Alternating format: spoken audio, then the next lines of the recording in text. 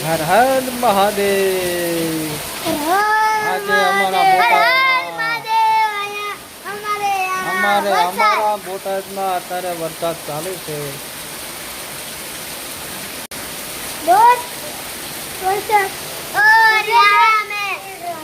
वरसाद की ठंडी ठंडी हवा भी आ रही है और यहाँ घमघमाटी वरसाद हो रहा है.